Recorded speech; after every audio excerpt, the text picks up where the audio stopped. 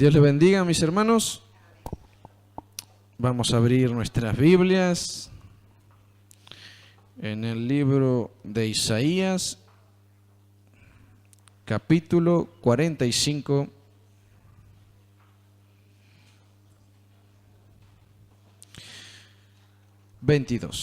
Isaías, capítulo 45.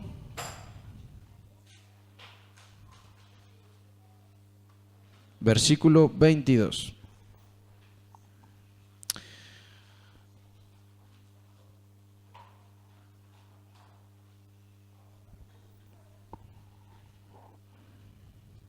Vamos a leer solamente este versículo. Dice lo siguiente. ¿Lo encontraron, mis hermanos? Hay que desenvolver rápida el arma. Vamos. Isaías 45, versículo 22.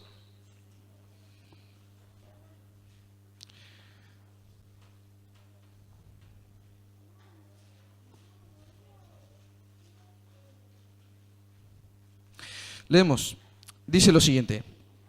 Mirad a mí y sed salvos todos los términos de la tierra, porque yo soy Dios y no hay más. Tomen asiento, mis hermanos. Isaías capítulo 45, versículo 22. Mirad a mí y sed salvos todos los términos de la tierra, porque yo soy Dios y no hay más. ¿De quién vamos a hablar hoy? Primera diapositiva, si me pone nuestro hermano Lucas. La primera. Charles Spurgeon, conocido como el príncipe de los predicadores. ¿Por qué le pedí a mi hermana Mabel una hora? Porque voy a tratar de ser lo más resumido posible, pero vio cómo es la cosa. Estamos hablando de hombres que marcaron la historia de la iglesia cristiana, que marcaron la historia social, porque repercutieron de tal manera en los países, en las ciudades, en los pueblos, que familias fueron restauradas, que ya los trabajadores que antes robaban, ahora por conocer a Cristo no roban más. El país cambia, la situación económica cambia, los políticos ven que ciertas personas como estos hombres, como Whitefield, como Wesley, como Spurgeon, como Moody, repercuten de tal manera que hay que tratar esas cosas. Entonces, Dios usa a sus hijos y de manera muy especial en estos casos, de tal manera que repercute en todo ambiente. Y Dios obra así. Dios quiere que nuestras vidas sean ejemplo para los hermanos de la iglesia, pero que en el trabajo, que en la escuela y donde nos movamos en esta sociedad, seamos luz. Y Charles Spurgeon marca la historia de una manera abismal. Conocido como el príncipe de los predicadores, y su título no es en vano, su apodo no es en vano. Bien, haciendo honor a Charles Spurgeon, voy a aplicar el método que él tenía para predicar, aplicando la vida de Spurgeon como ejemplo para nosotros, conocerlo a él y cómo la Biblia nos va a mostrar que creyéndola es eficaz hasta el día de hoy. Como hombres que creyeron de tal manera y con tal fe, y aún como de un granito de mostaza, así todo, ciertamente los montes se movieron. Creyeron a Dios y Dios obró. Bien, ¿cómo predicaba Charles Spurgeon? Hacía una especie de predicación textual, es decir, basándose en un solo versículo central, procuraba que los feligreses entendieran, que toda la congregación comprendiera un solo pasaje en el cual se centraba para que no se desviara la mente por otros pasajes, pero ciertamente en muchas ocasiones los respaldaba con otros versos. Pero era muy rica su predicación en cuanto a las ilustraciones, en cuanto a los ejemplos, en cuanto al lenguaje poético que tenía. Por eso él usaba esta forma de predicación, porque levantaba tan en alto una sola porción de la Biblia que todos, desde el simple hasta el entendido en leyes, podía comprender.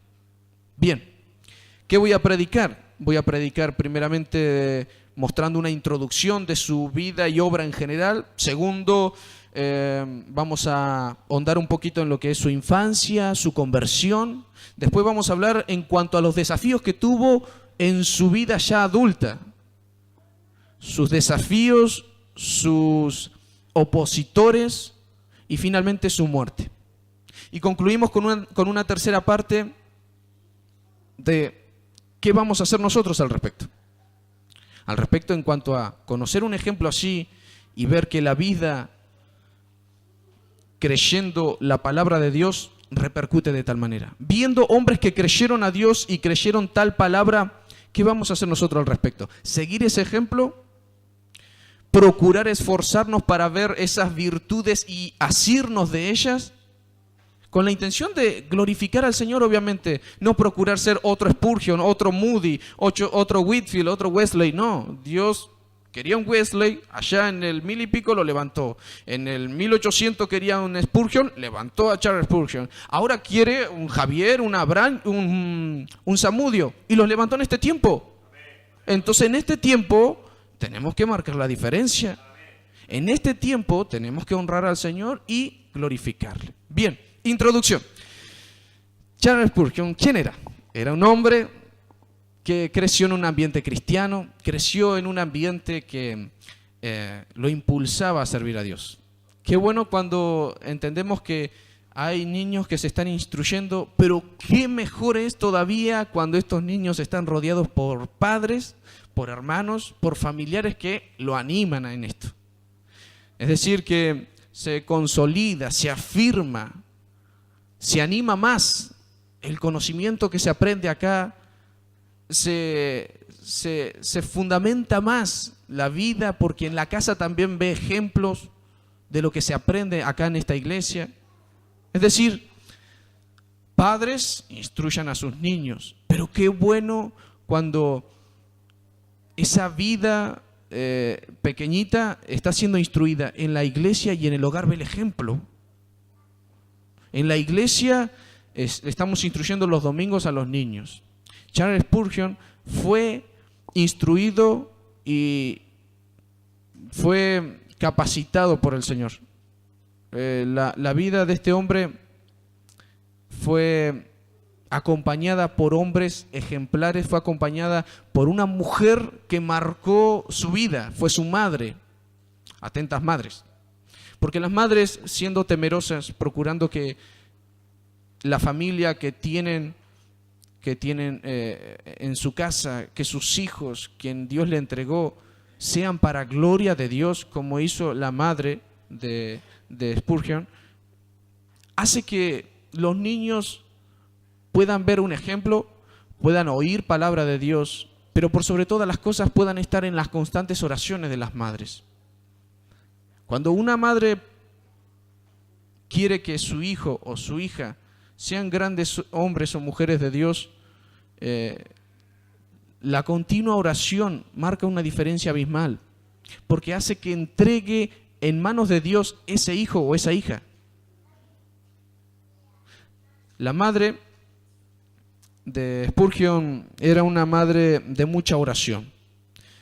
Su padre, John Spurgeon, era un hombre dedicado a las cosas del Señor, pero con muy poco tiempo en la casa. Y qué bueno que cuando, si bien está la carencia de la presencia paternal, haya un respaldo y una tranquilidad de parte del padre por el respaldo y la compañía que hace la madre allá en instruir a su hijo.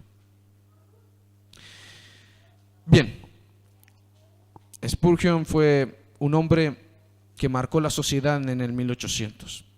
Spurgeon fue un hombre que nos va a dar ejemplos de oración, ejemplos de instrucción. Y vamos a ver un hombre espiritual que procuraba capacitarse cada día más. Hombres que son espirituales van a querer capacitarse. ¿Por qué? Porque el espiritual busca lo espiritual y entiende lo espiritual. Pero no solamente entiende, como nuestra hermana Mabel nos decía, se deleita en lo espiritual.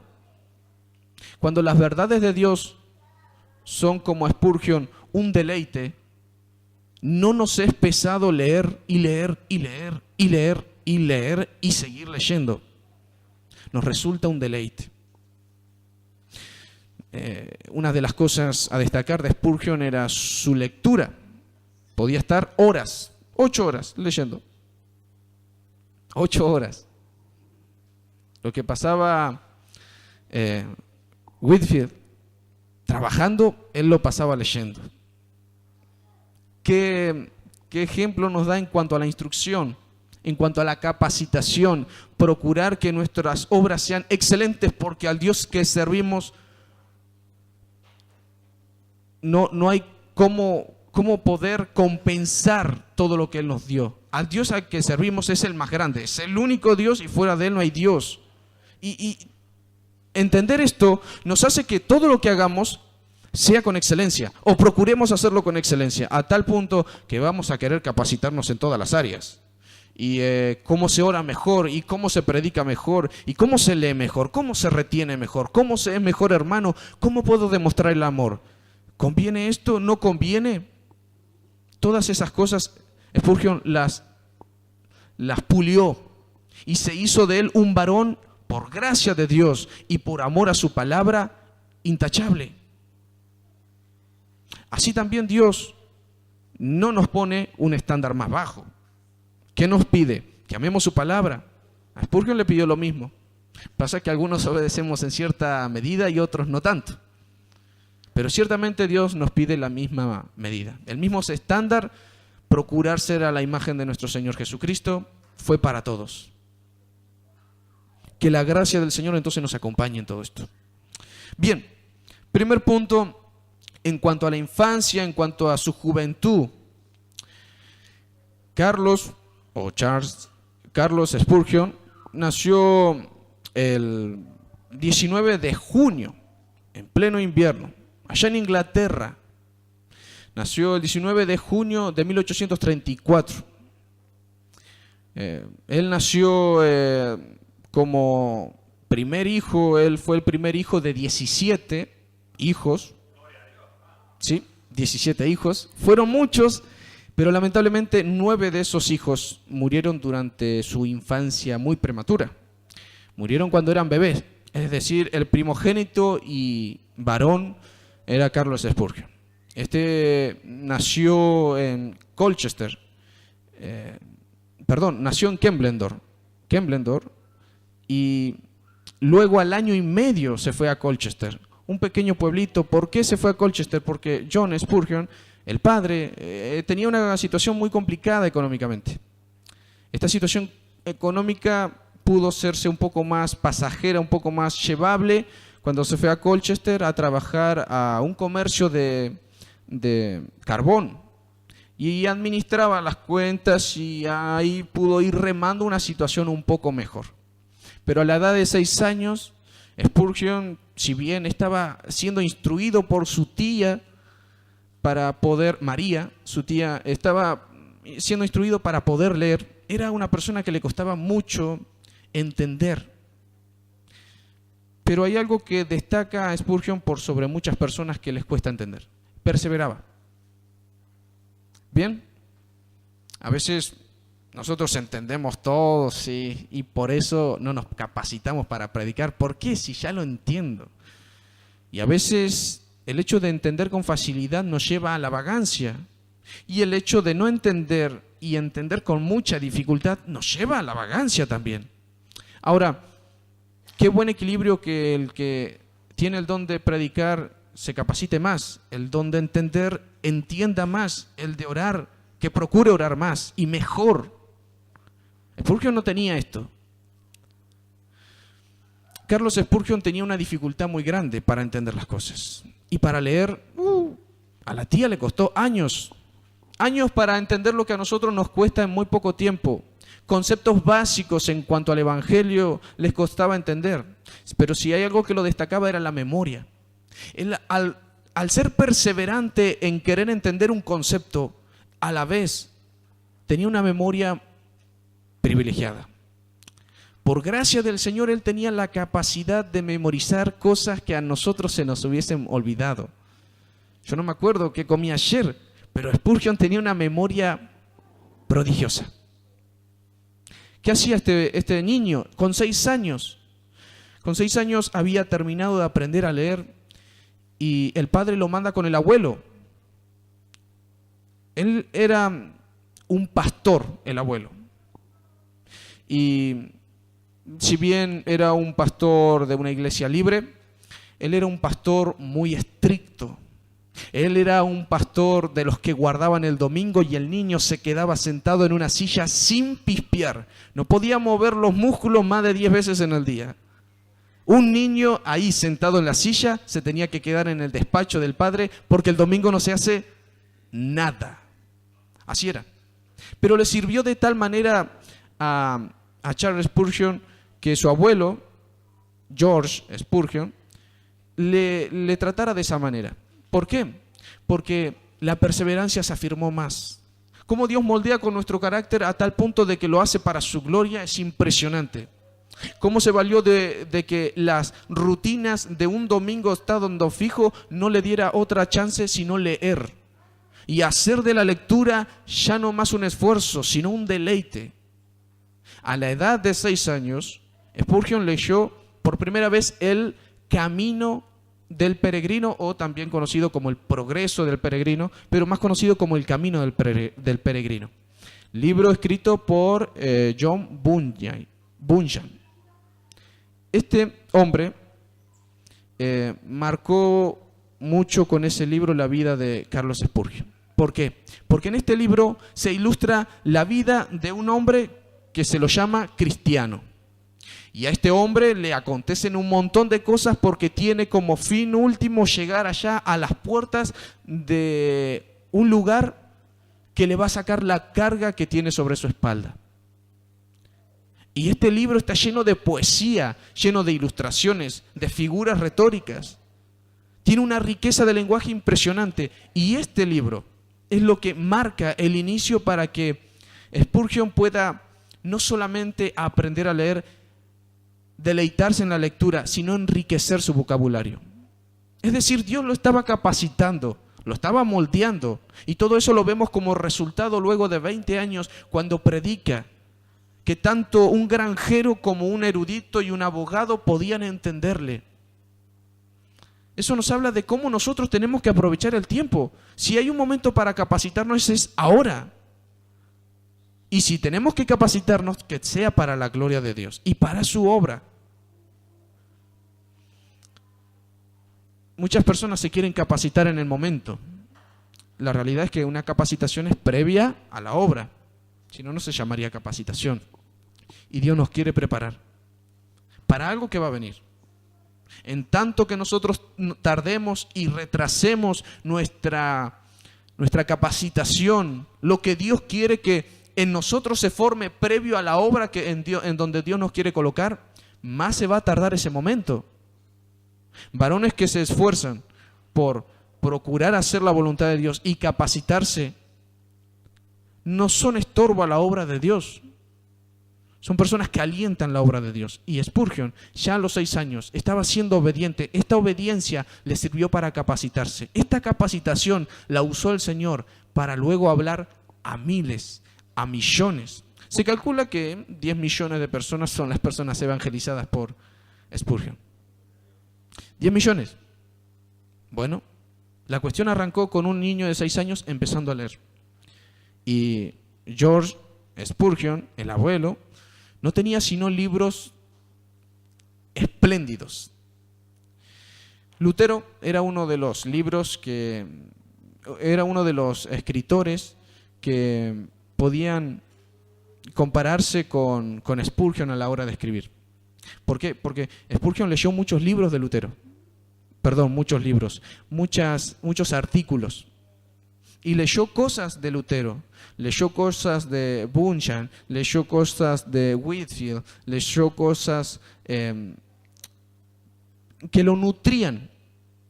Y este alimento que iba recibiendo en su niñez hizo los fundamentos tan sólidos que después vemos cómo varones como esos dieron un reflejo espléndido en Spurgeon cuando predicaba con una enfermedad y toda la congregación se daba cuenta de una enfermedad que luego vamos a hablar cuál es, y no se inmutaba. ¿Por qué? Porque entendía que varones así lo habían hecho.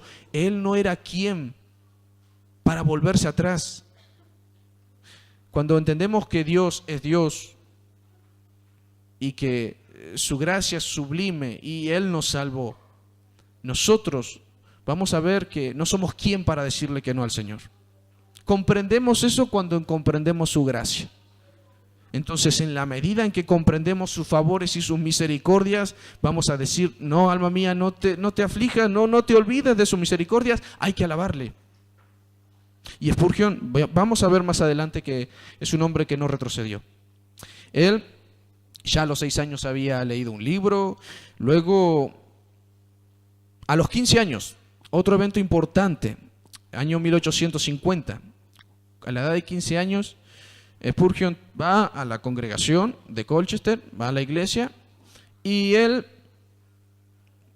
va justo en un momento muy complicado. Había una tormenta, y una tormenta con algo de nieve, y estaba muy ventoso, y la situación era media complicada porque le quedaba un poquito lejos.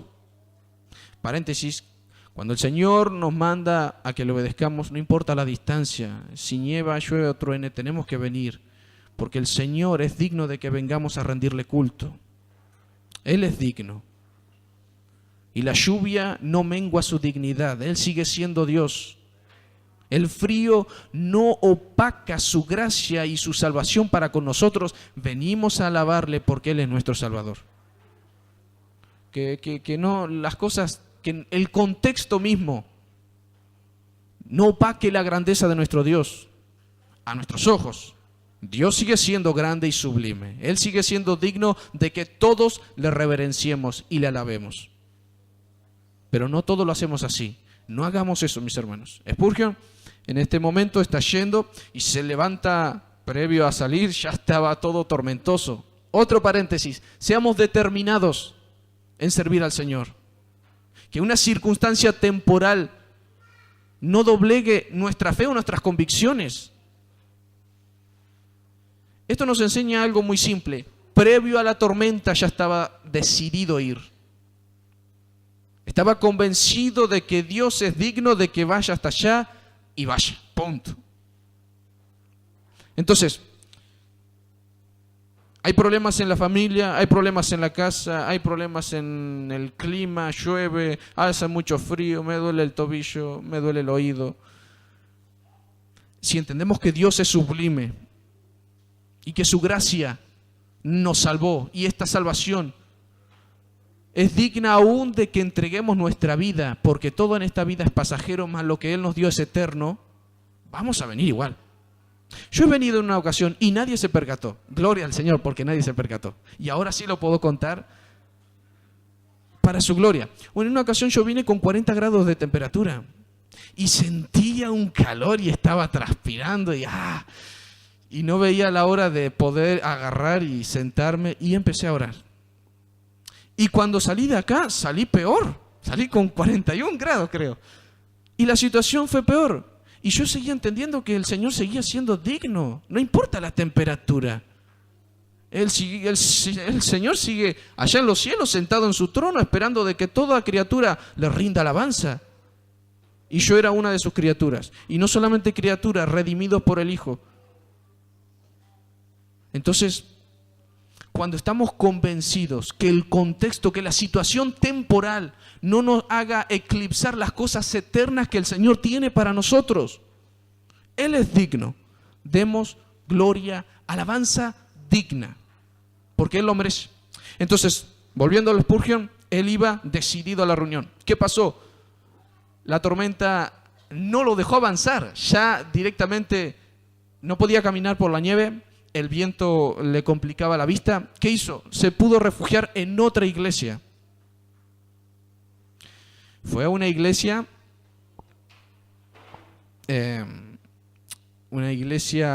metodista. Algo no tan acorde a lo que Spurgeon estaba acostumbrado a escuchar. Bueno, fue a una iglesia metodista que le quedaba de camino. Lo tomó como refugio.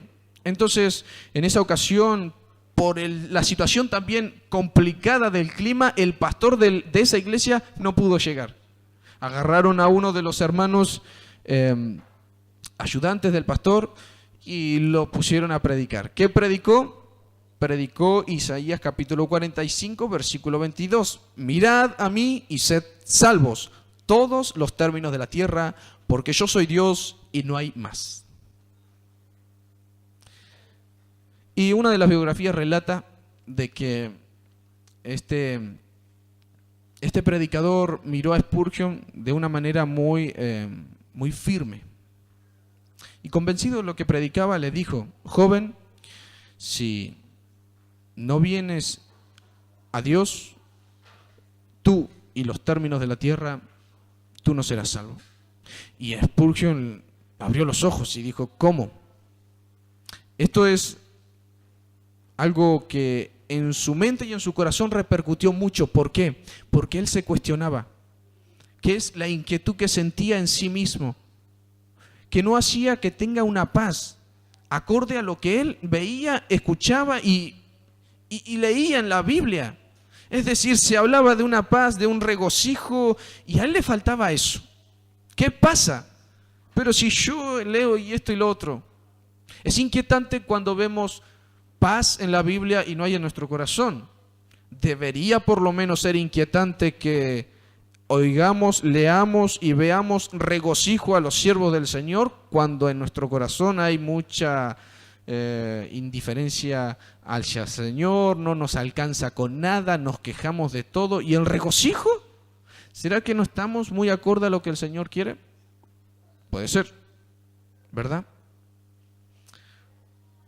El gozo del Señor es nuestra fortaleza. Cuando estamos con gozo en el Señor, no hay nada que pueda opacar esa satisfacción. Y el gozo es una decisión. Yo decido deleitarme en el Señor porque Él es todo para mí. Eso mueve nuestros sentimientos y nos da alegría. Gozaos, gozaos. Y el Señor nos manda que nos gocemos. Porque así como el gozo y el amor son propios de la voluntad, debemos deleitarnos y movamos a nuestra alma a que procure deleitarse en el Señor y que con el Señor le baste, porque fuera de Él no hay Dios, no hay más, no hay nada que nos pueda saciar en esta tierra, dice un salmo. Nada deseo en esta tierra fuera de ti, oh Dios mío. Bien, que con el Señor recién nos baste. Antes no. Si no tenemos al Señor, si no tenemos su palabra, si no tenemos su comunión, que no nos baste. Y a Spurgeon algo lo inquietaba, algo no lo bastaba, algo no lo saciaba. Escuchando esta palabra, Spurgeon entiende que no es tanto la búsqueda de acá y allá, es: mirad a mí y sed salvos todos los términos de la tierra, porque yo soy Dios y no hay más.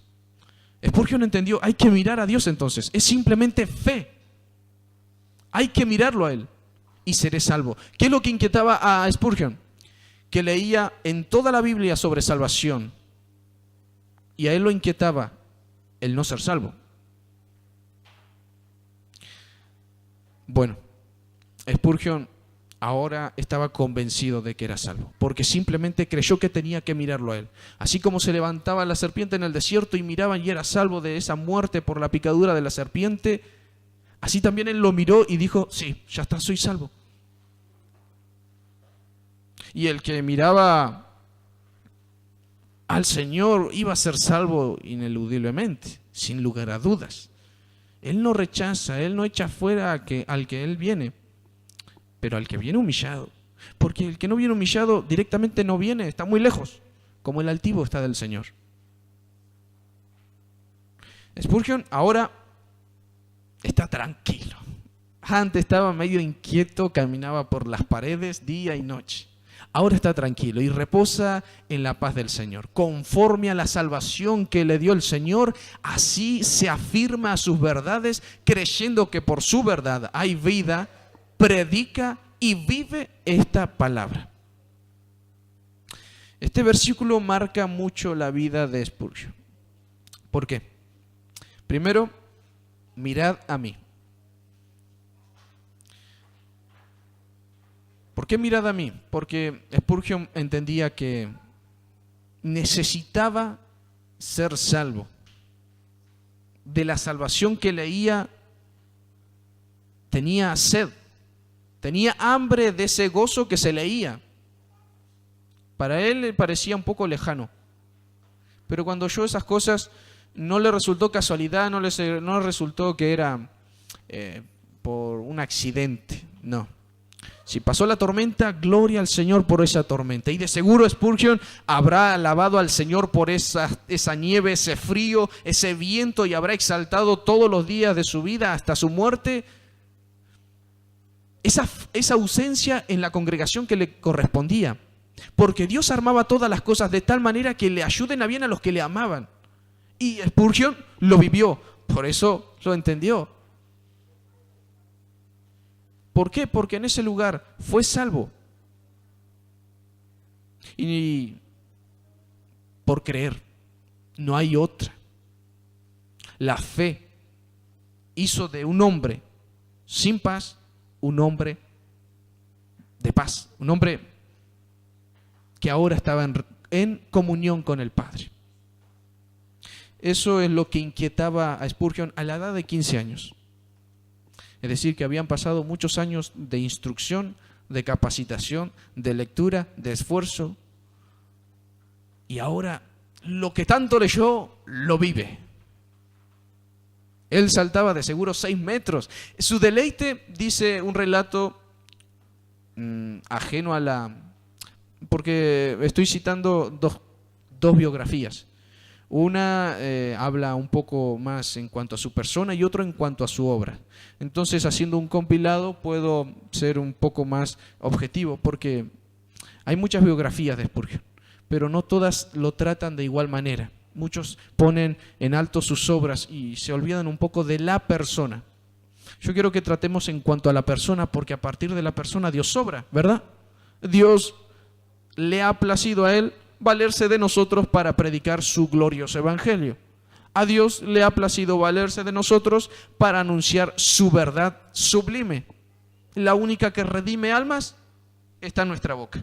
Es espléndido, es glorioso, y Spurgeon lo entendía. Entonces, en una biografía vemos un poco de obras, en otra vemos un poco de su persona. Pero Spurgeon a los 15 años había vivido esto. A partir de ahora, Spurgeon se dedica a la predicación del Evangelio. A predicar, pero no de cualquier manera. Porque ahora, a los 16, 17 años, se va a ir a otra ciudad. Se va a ir a Cambridge. ¿Para qué? Para enseñar en una escuelita dominical. Y en la escuelita dominical, ¿qué hace? Se deleita con los niños.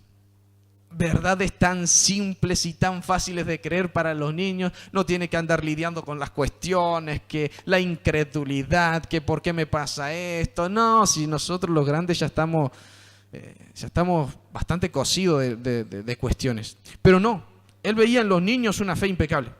Le creían, ya está.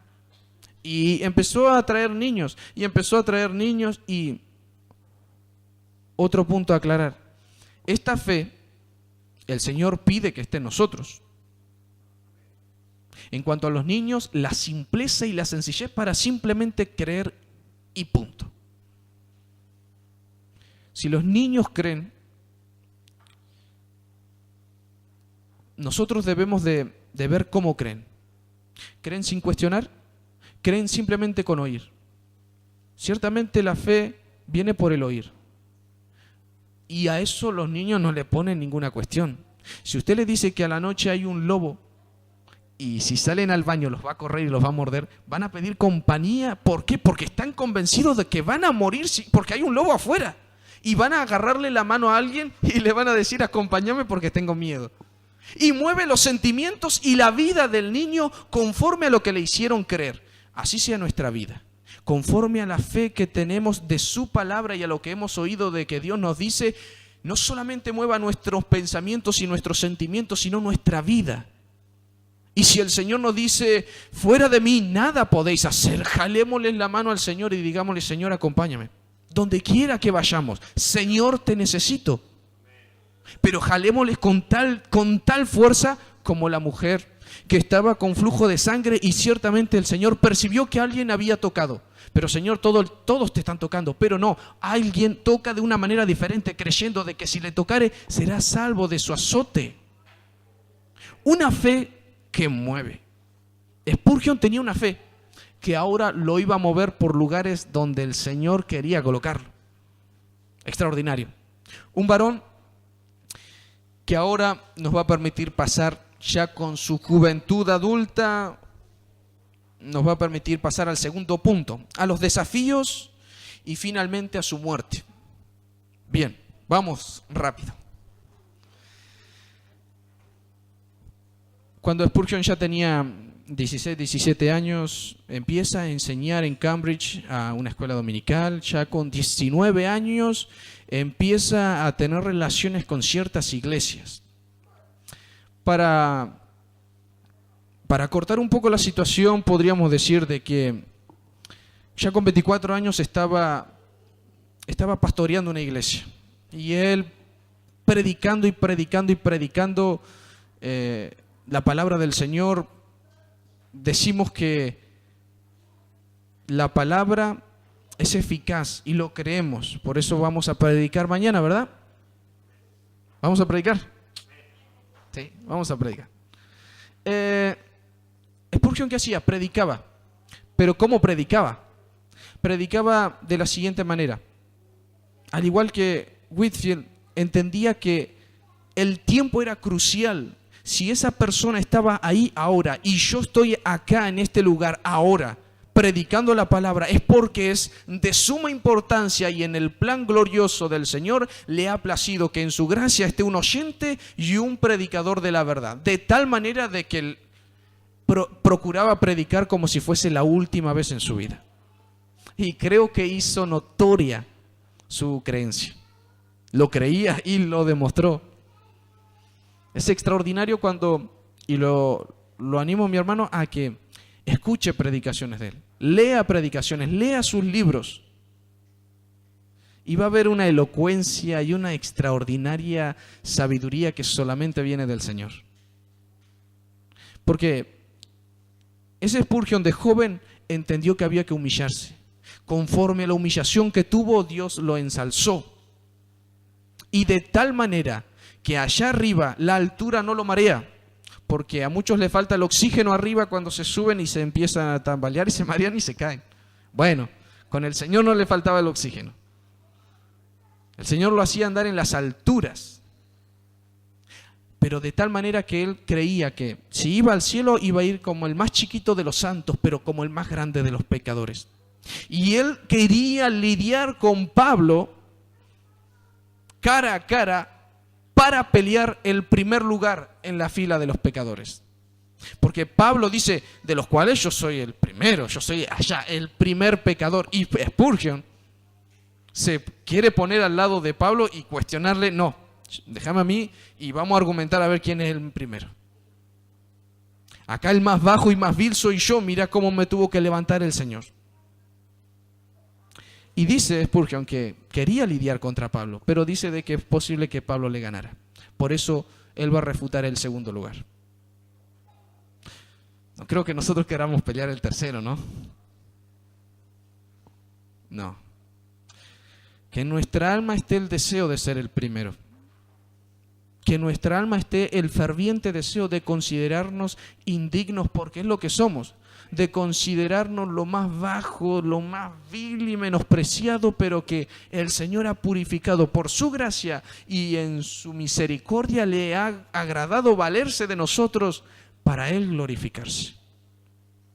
Que esté ese concepto, así nosotros, si el Señor nos fuese a levantar, la altura no nos va a marear, no nos va a marear porque no vamos a respirar este oxígeno viciado del mundo, sino que vamos a andar mirando al que está sentado a la diestra del Padre, poniendo la mira en las cosas de arriba y no en las de la tierra. Spurgeon era un hombre que ahora, ya con 24 años, siendo pastor de una congregación no muy grande, tenía alrededor de 200 y moneda de personas de la congregación. Por lo general en Inglaterra son congregaciones grandes. Son congregaciones de 1.000, 2.000, hasta 5.000 personas, congregaciones grandes. Es decir, que hablar de una congregación de 2.000 personas no es muy grande, es chica. Y Spurgeon empieza a pastorear hasta que por fin empieza no solamente la oposición, sino el descrédito de su persona. ¿En qué? En el periodismo. El periodismo va a atacar durante 15 a 20 años la vida de Spurgeon, tomándolo como un político que está camuflado, como un amador de las riquezas y saqueador de los pobres, porque usa muy elocuentes palabras para que al fin y al cabo hayan ofrendas, para que al fin y al cabo le sigan las muchedumbres y las conglomeraciones estén detrás de sus palabras. Entonces, ¿qué vemos? Y vemos un político, o vemos a alguien que quiere enriquecerse. Entonces, con palabras de igual elocuencia, trataban de desacreditar la vida moral de Spurgeon, que andaba con tal mujer, que le era infiel a esto. Otro punto a seguir: qué bueno es tener una ayuda idónea como el Señor manda, no valiéndose de los chismes, porque la mujer de Spurgeon, ya con 33 años, tuvo que quedar durante 25 años en su cama. ¿Por qué? Porque tuvo sus 2 hijos, pero tuvo a Charles Spurgeon y a Thomas Spurgeon. Pero ya con 33 años tuvo un problema de la columna, algo medio raro que al 1800 no se puede diagnosticar muy precisamente lo que tenía, pero era medio complicado. Y era una mujer muy esforzada y, sobre todas las cosas, bíblica. Sabía que no tenía que meterse en los enriedos que procura hacer la prensa, en este caso el periodismo inglés, en este caso, para deshonrar a Spurgeon, su matrimonio y tras él al Señor. ¿Me explico? Cada vez que procuran deshonrar nuestro nombre, que sea nuestro nombre deshonrado mintiendo y no diciendo la verdad, como dice nuestro Señor Jesucristo. Hablando, acusándoles, hablando mal de ustedes, mintiendo. Bien, mientras sea mentira, gloria al Señor, porque sufrimos. Bienaventurados los que sufren persecución por causa de la justicia, porque de los tales es el reino de los cielos. Por causa de la justicia. Y en esto también se deleitaba Spurgeon. Por causa de la justicia, padecer persecución. Su familia, persecución. Su esposa, persecución. Esta persecución era muy diplomática. ¿Por qué? Porque se vestía tras una editorial de un periódico, tras unos muy inteligentes periodistas que con artimañas, pero muy inteligentes, procuraban desacreditar, haciendo toda una argumentación de las cosas que Charles Spurgeon hacía. Bien, el periodismo fue una de las grandes oposiciones durante la vida de Spurgeon. Otro de los opositores que tuvo él fueron otros pastores que, a la hora de ver una congregación de 5,000 personas escuchando a un Spurgeon, me está sacando la gente, me está sacando las almas. ¿Qué hicieron algunos pastores? En común acuerdo y como un solo hombre, así como hicieron con Nehemías allá para querer estorbar la construcción de los muros de Jerusalén, se unieron como un solo hombre, Tobías, Gesem, el árabe, y todo su séquito, para poner trabas, diciendo de que Spurgeon era una especie de ídolo. Llevaba las congregaciones tras sí. ¿Qué es lo que derribaba este tipo de mentiras? Que Spurgeon, primeramente, no predicaba, y si usted ve las predicaciones de él, no predicaba nombrándose a sí mismo. Jamás él se nombraba. Cuando vemos su vida, vemos que él no procuraba tener las compañías de los más enriquecidos. Él mucho menos conformaba la ideología de las congregaciones. Él se confrontaba de tal manera que muchos eran convertidos, es decir, eran ladrones, y ahora el que robaba no hurte más, decía Charles Spurgeon. Y o se iba o se convertía, porque era intolerante Spurgeon a cualquier ideología que era contraria a la Biblia. Un hombre que no se movía de sus convicciones por querer satisfacer a las amplias congregaciones. Y estoy hablando de 5.000, luego 6.000, y en un momento se hizo un salón exclusivamente para eso, una congregación de 10.000 personas. En esta congregación, en una de sus predicaciones, Spurgeon estaba predicando, y cuando estaba iniciando la predicación, alguien allá a lo lejos, en medio de la nada, un montón de gente gritó: ¡fuego, fuego! ¿Y qué pasa si usted grita fuego, fuego en una congregación de 10.000 personas? Todos salen, pero corriendo, desaforadamente. Y esto no fue muy gracioso porque lo hizo la prensa. Resulta que murieron 7 personas en esa ocasión. El edificio era alquilado. ¿Qué hizo Charles Spurgeon? Agarró, hizo lo siguiente. Ante la interrogante de una maliciosa entrevista, le dijeron: ¿qué va a hacer? Un edificio propio. ¿Para qué? ¿Para que mueran más de igual manera? ¿Porque alguien grita fuego? No. Porque he entendido que primeramente Dios es el que se mueve en las congregaciones. Por lo tanto, y miren qué discernimiento, él entendía que había que amar a ese periodista. Le dijo: por lo tanto, te invito a la inauguración. Charles Spurgeon dijo también de que este edificio para tal cantidad de personas se iba a hacer con la intención de no generar destrozos en edificios ajenos. Es decir, él entendía que las almas que se habían muerto se habían ido con Cristo, y entendía que era necesario, primero, no dañar el material ajeno, y segundo, que este periodista que me está confrontando se convierta. Él entendía como Whitefield, aquel que le dijo que un pastor había dicho tal o cual cosa mala de él. Whitefield, ¿qué le dijo? Y allá en los cielos, cuando estemos, no creo que yo lo vaya a ver. Y el que le preguntaba: ¿y por qué no? Y porque él va a estar mucho más cerca de Dios y yo voy a estar medio lejos. Es decir, vamos a estar con Dios, pero de seguro él va a estar más cerca. Qué humildad, qué entendimiento y qué misericordia. Pasando a la última fase de la vida de Spurgeon, vamos a decir de que él padeció durante los últimos 5 a 7 años una enfermedad que se llama gota. ¿Qué es la gota? Gota, como gota de agua, gota, es una especie de artritis, es decir, que por el exceso de ácido úrico, los huesos padecen un malestar. En este caso, puede ser en los riñones, puede ser en los huesos, y de los huesos traspasarse a los pies directamente por efecto de la gravedad. Y muchas personas, por el exceso de ácido úrico, se le forman cálculos y tenemos las famosas piedras en los riñones que son operables, ciertamente generan dolor, pero se operan de una manera muy sencilla. Y fin del problema. Año 1800, allá por el 1890, Spurgeon estaba padeciendo un exceso de ácido úrico. ¿Qué hacía esto? Hacía que los pies, los dedos de los pies, sus coyunturas, sus tobillos, sus rodillas, todas las falanges de sus pies sufran un dolor insoportable. Este dolor lo llevó durante, como les dije, 5 o 7 años.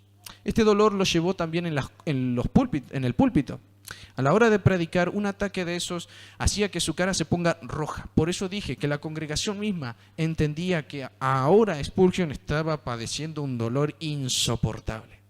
¿Qué hacía? Se ponía colorado. Era tal el dolor que seguía predicando y tratando de darle cierta indiferencia al dolor físico, procurando concentrarse en las almas, la diligencia de la predicación y lo sublime de su palabra, para no dar caso al dolor, con tal de seguir predicando. Esto nos habla de que ciertamente el que está edificado en la roca le viene la tempestad y el río, igual que está edificado sobre arena, pero así todo va a permanecer por la roca en la que está fundado.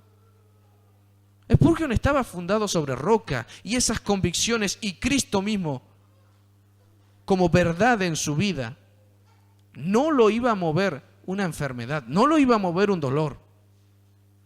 Era más importante que la gente oyera, y que oyeran el Evangelio. Él creía que estaba predicando el evangelio. No hay que callarlo entonces. Si tenemos la única verdad que puede salvar vidas y a Dios le ha placido ponerla en mi boca para poder anunciarla a los que no lo conocen, ya hay que anunciarlo.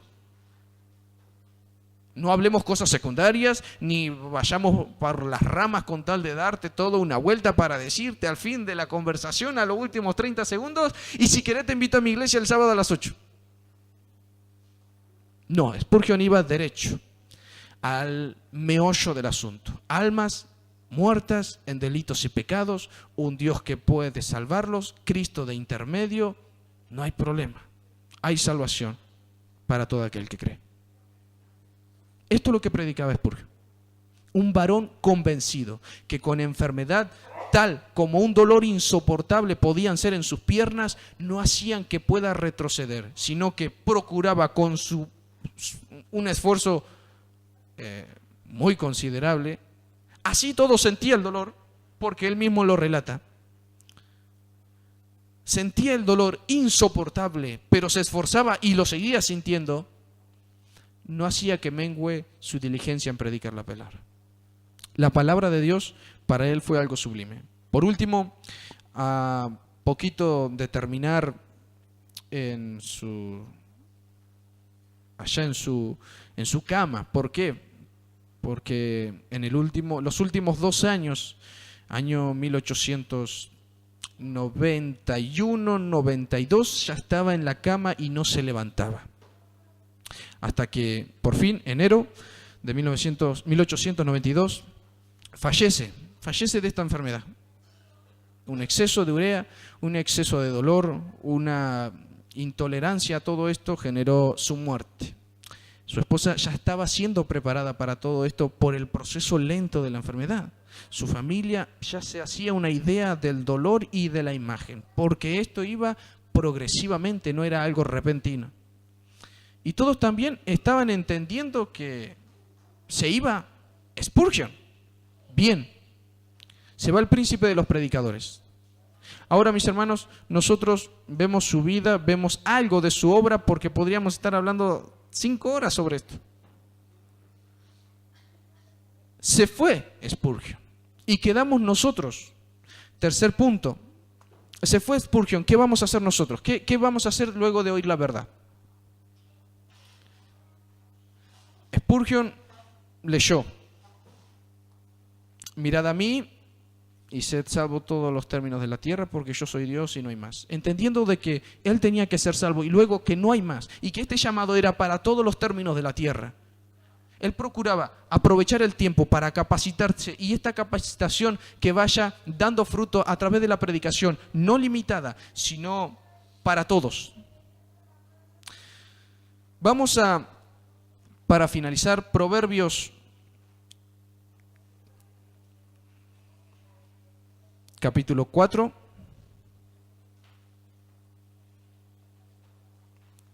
Y esto es para que nosotros podamos dar una idea de cómo debería ser nuestra vida a la hora de vivir el Evangelio. ¿Cómo debería ser? Proverbios 4, versículo 18. Dice: mas la senda de los justos es como la luz de la aurora, que va en aumento hasta ¿qué? Hasta que el día es perfecto. Spurgeon, si tiene algo que nos da como ejemplo, es perseverancia y procurar la gloria de Dios. En esto hizo que su vida fuese en aumento y jamás en retroceso. Un varón ejemplar de la constancia. Siempre se pone en alto su predicación, pero si todos fuimos llamados a servir al Señor, no todos fuimos llamados a predicar de semejante manera.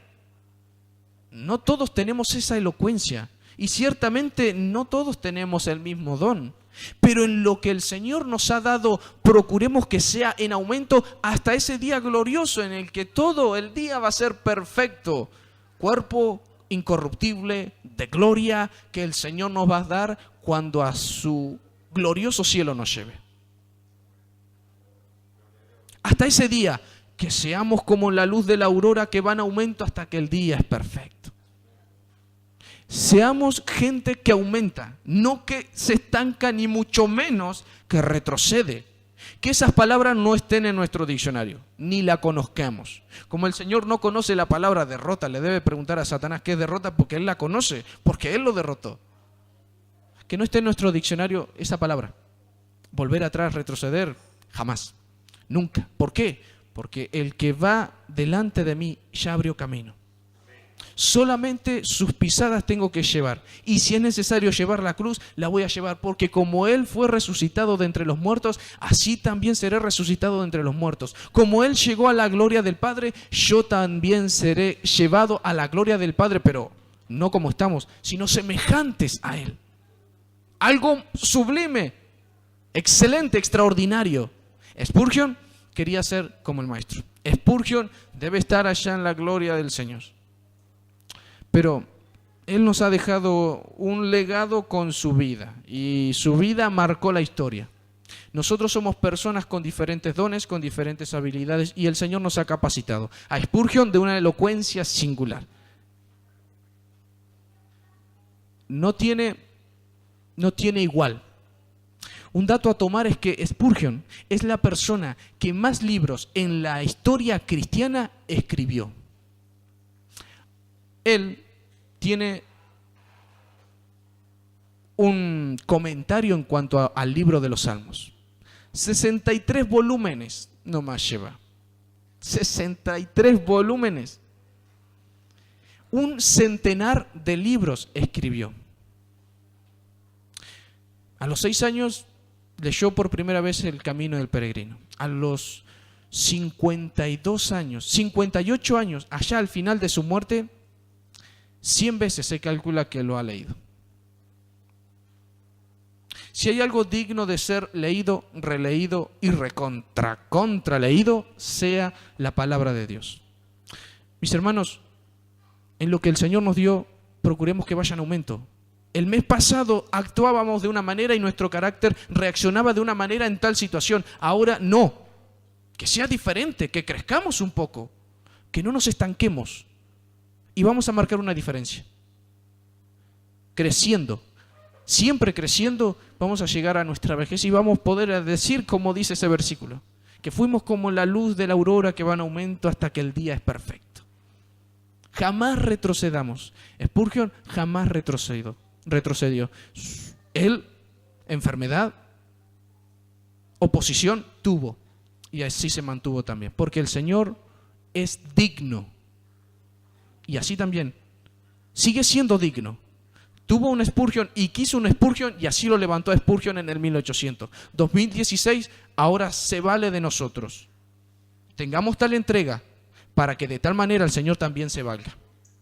Conforme a como nosotros cedamos, el Señor se va a asir de nosotros para usarnos. No seamos carnales sino espirituales, poniendo la mira en las cosas de arriba, no en las de la tierra. Porque ya hemos resucitado juntamente con Cristo. Y vamos a ser glorificados porque Él es fiel. Entre tanto que Él viene, permanezcamos creciendo. Creo que ese es el legado más importante que nos deja Spurgeon. Una vida constante, perseverante en la fe, porque Dios es digno. Vamos a orar, mis hermanos, y vamos a rogarle al Señor que nos ayude en lo que estamos haciendo. Que sea mejor que el mes pasado y el mes que viene, que procuremos mejorar en tal o cual área. Porque para inmaduros éramos antes. Ahora hemos visto la luz y conforme a la luz gloriosa que vimos, así fuimos iluminados. Sepamos también ser luz para los que no han sido iluminados.